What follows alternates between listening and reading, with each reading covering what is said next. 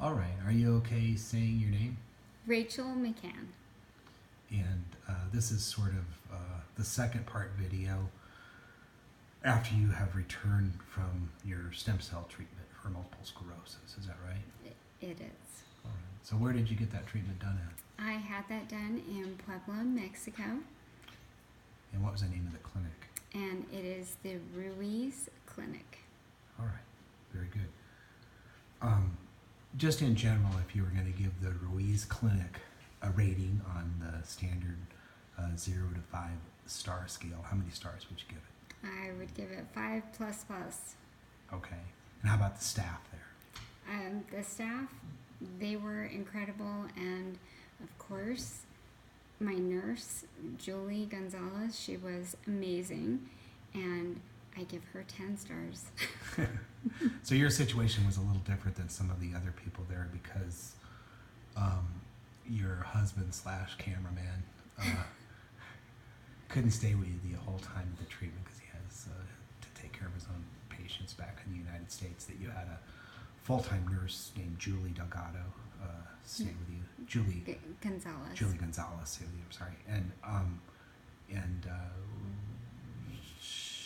I kind of felt bad about not staying, but after I got you there and left it up, I realized how much better Julie would be at taking care of you than I would be. I didn't feel too bad about it. So, what were the nice things about having Julie there? First of all, Julie had been doing this for about 2 years, so she knew exactly what was going to be happening. So she walked other people through the process. Yes. Yeah. And so she, could tell me what was going to be, I was going to be doing. And even though you get a book that gives you a schedule, which is great, you still don't know exactly what's going to happen. But she knew all of the ins and outs of where we're going to go and what's going to happen when you get there, and made everything go smoothly. And in addition, she was also amazing emotional support and just so wonderful, so professional, but so loving at the same time. How about the clinic? Was the clinic clean? Clinic was pristine. They were constantly cleaning it. You have daily cleaning service in your apartment, and so everything is wiped down, and everything is pristine. I know when I was dropped you off there the first day, some people came up and dumped some big, buckets of something or other down the sinks and the shower and so forth. And I asked them what they were doing, and they told me they were cleaning the pipes. I was pretty impressed that someone was cleaning your pipes for you. They seemed very organized there, weren't they? Oh, incredibly organized. Like what are some of the organizational things that they did for you? Well, so you have a whole schedule, and you are picked up and taken wherever you need to go. If you need to go outside of the apartment building, at exactly when they say they're going to pick you up, and then they have a clinic in the building on the first floor, and that's where you get most of the things done, like getting blood work done, getting shots. You have to have daily shots. That's all done on the first floor of the apartment building, so you don't have to leave the apartment building. Because it's obviously better not to be going to a hospital because Yes. there's so many bad bacteria that live inside of the walls of the hospital, which would be bad for immunocompromised patients to be exposed to. So you did go to the hospital, I think, just for, was it 1 or 2 trips to the hospital? Let's see, it was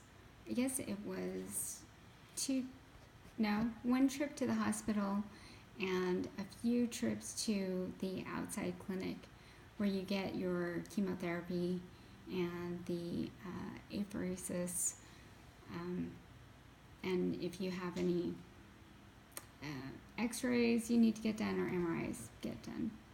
I was really impressed when we set foot inside and they gave you that booklet that sort of told you exactly what you would be doing every day for like the next 27 days down to what minute you would be doing it. I actually asked the question, I said, this is usually physicians are not this organized, so who set this up? And I think that's when they told us that one of the, I believe, investors in the clinic was engineer, and that there's sort of an engineer mentality that involves a fair amount of obsessive compulsive disorder. And clearly, the clinic benefited from that. And I'm kidding about it, but that's so important, especially when you're dealing with infection control issues, to have people that have a really strong set of standards set up, and and then they're forced to compulsively follow them. It's obviously that a tremendous amount of thought and ongoing improvement has gone into setting up that whole system for people, so this can be done as safely as possible. Yes, Did you feel safe when you were there? completely safe. No worries about safety. And they have everything figured out. So they have, you have your apartment where you're staying. You have 3 meals a day that are provided to you by the clinic.